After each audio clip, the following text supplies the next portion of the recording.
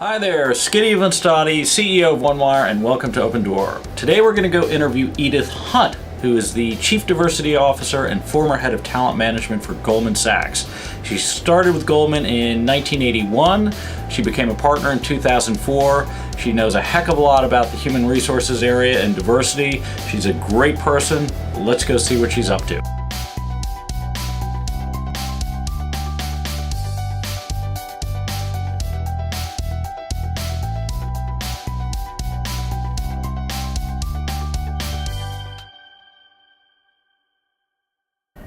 Okay, I'm here today with Edith Hunt, who is the Chief Diversity Officer of Goldman Sachs and ex-Head of Talent Management. Edie, I can't thank you enough for having me over here today. Really appreciate it. Before we go and we talk about your career, I'm always interested in where somebody grew up, what their family life was like, how they evolved, where your DNA came from. Well, it's an interesting question. I mean, obviously my DNA came from my parents, who were both educated people, reading all the time. I was one of 4 kids, and our battles were all to see who was going to get the book next, or, you know, if we were like, don't put it down for a second because it was gone, someone else was reading it. Yeah. But they did not have college educations, and my brothers and sisters and I were the first in our entire family, to go to college. So I got to the University of Pennsylvania on scholarship, and I got there in the late 60s, which was a phenomenal time for someone who was a relatively poor kid to be at a fancy school, because the dress code of the day was t-shirts and jeans. Okay. And it didn't matter if you didn't have the fancy sweaters, didn't matter if you didn't have the right shoes or the cute things, and it was a time of great change on campus, and a time of great social mobility, and a time of great liberation. And I think all of those things were quite influential. I did go to Chicago, got my MBA in finance and international business, and it was, you know, another great educational experience. I've got to ask you something. I was talking to a friend who works for GMAT, which owns GMAT. Yes. GMAT test. Yes. Do you remember taking it? What was it like? What are your thoughts on it today? You know, I think standardized tests, particularly as it relates to the math and the problem solving pieces of things, are actually pretty good, because they test people's ability to be able to understand the problem, figure it out quickly, and make a stab at the answer and go through it, and to do well enough. And I think those are the kinds of skills they actually need in the sort of fast-paced world of Wall Street and investment banking and sales and trading and things like that. You were one of 10 women at business school. What have you seen in terms of back then to where you are today? And how much farther do we need to go?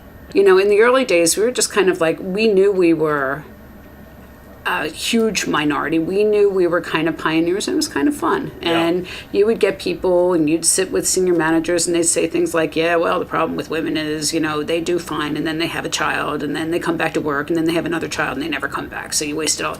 And you hear this stuff, and it would just kind of roll off your back, because it's like, okay, that's what we had grown up with. It's what we knew. Right. So then you go through an evolution where people become much more sensitive to these kinds of things, and much more, you know, sort of defensive about that, and much more proactive about it. And I was just at a Wharton event this afternoon, and was said that, you know, for the 4th consecutive year, the Wharton classes exceeds 40% women.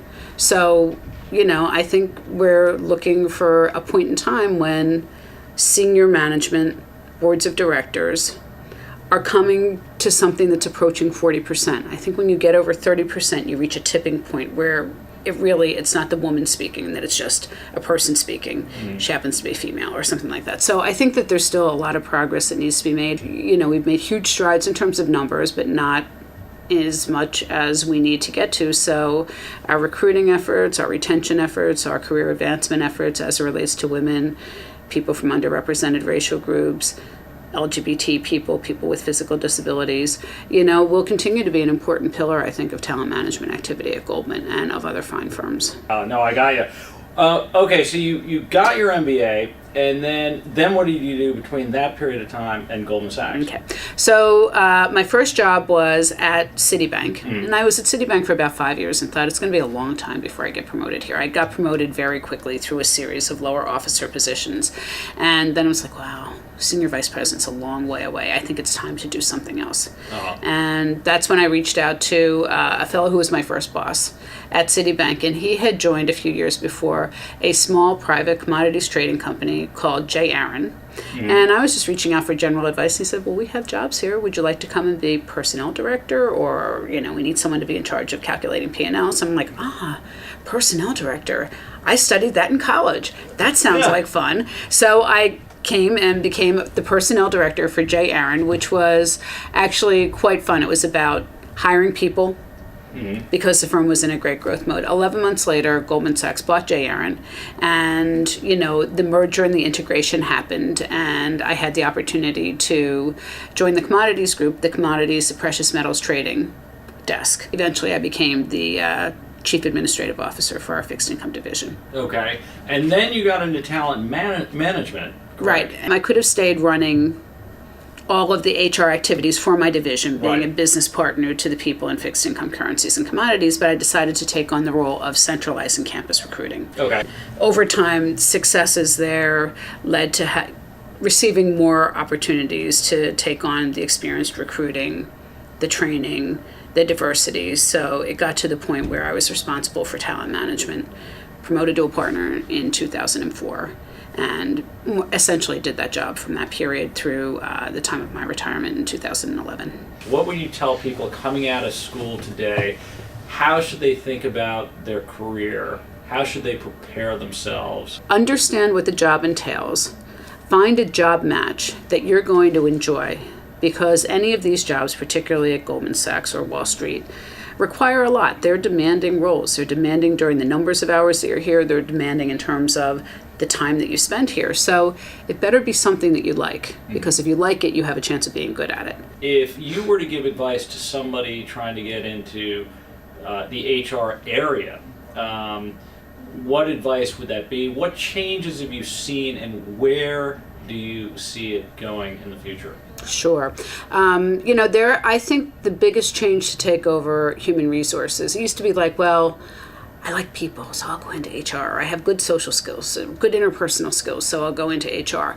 I think increasingly you need to have very good data, analytic, and quantitative skills. I mean, everything we do is run off of Excel spreadsheets and models, and you have to be as good at being able to, put together analysis, identify trends, see what it's telling you, figure out how to make change, how to become more efficient, how to measure the progress, how to tell the story. You need to have the kinds of skills that will enable you to, one, understand your data, understand your business, understand how to improve it, but also how to relate well to your business partners. We are here to serve the bankers, the traders, the people in technology, the people in global operations, et cetera, et cetera. And, you have to have a skill set that faces off well. I know that you have been very committed to giving back and helping other people outside of Goldman Sachs.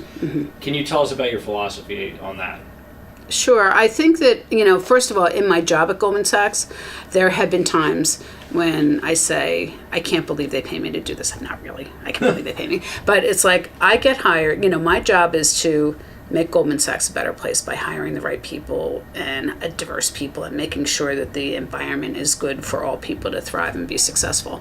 And, it's sort of those instincts that I've taken into my philanthropic work as a follow-on. I'm very mindful of the fact that I would not have had this career if I had not gone to the University of Pennsylvania. And the fact that I knew about the University of Pennsylvania was kind of a fluke. So my inclinations are toward helping women-oriented organizations, also helping educational organizations, particularly from people from underprivileged segments of society, to get an education and be able to, education changes lives. So it's been informed by both my personal experience and my work experience, but I'm involved in the board of a charter school. I'm involved in an organization that's called New Jersey Needs You. That's a 2-year mentoring program for students who are low income and first generation in college.